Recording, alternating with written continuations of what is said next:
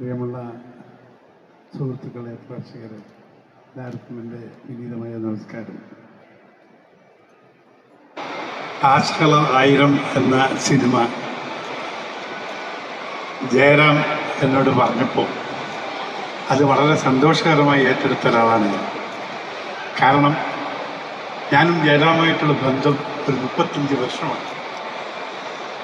അന്ന് ഞാനൊരു ഫാനായിരുന്നു അദ്ദേഹത്തിൻ്റെ യഥാർത്ഥത്തിൽ. കാരണം മിമിക്രി കൊണ്ടും ചണ്ടവാദ്യം കൊണ്ടും എല്ലാ തരത്തിലും നല്ലൊരു കലാകാരൻ.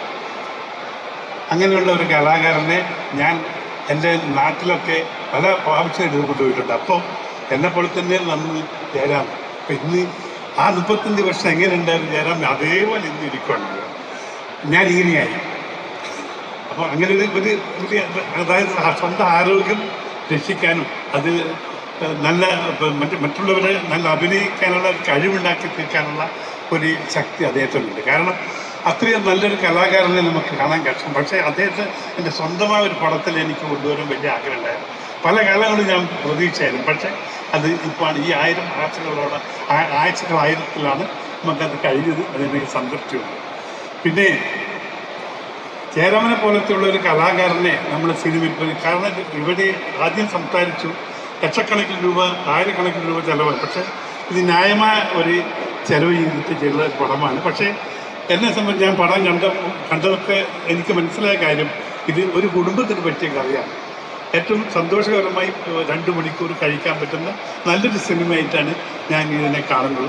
ഇത് ജനങ്ങളൊക്കെ ഏറ്റെടുക്കണം എന്ന് ഞാൻ അഭ്യർത്ഥിക്കുകയാണ്. പിന്നെ നിങ്ങളെ സംബന്ധിച്ചിടത്തോളം ഗോകുലത്തിൻ്റെ എല്ലാ സിനിമകളും ഒരു ആദർശം പബ്ലിക്കിൽ ഉണ്ടാക്കണം, ഒരു ആശയം, ഒരു എന്തെങ്കിലും ഒരു കാര്യങ്ങൾ ജനങ്ങളെ ബോധ്യപ്പെടുത്തണം എന്ന ഒരു തോന്നലാണ് ഞാൻ കൊണ്ടുവന്നത്. അത് ഈ സിനിമയിലുണ്ട് എന്നാണ് എൻ്റെ അഭിപ്രായം. കാരണം കാളിദാസ് എൻ്റെ പടം ഒരു 10 വർഷത്തിന് മുമ്പ് എൻ്റെ ഒരു പടത്തിൽ വേറെ ഒരു പടത്തിൽ അഭിനയിച്ചിരുന്നു. അപ്പോൾ അന്ന് മുതൽക്ക് കാളിദാസിനെയും നമ്മൾ എൻ്റെ ഒരു പടത്തിൽ കൊണ്ടുപോകണം തന്നെ ആഗ്രഹം ഉണ്ടായിരുന്നു. പക്ഷേ ഇപ്പം കഴിഞ്ഞു.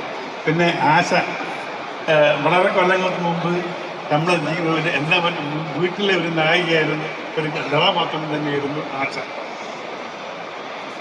ആ ആശ പിന്നെ ഒരു പടത്തിൽ കൂടി ഇന്ന് ഏറ്റവും പ്രധാനപ്പെട്ട ഒരു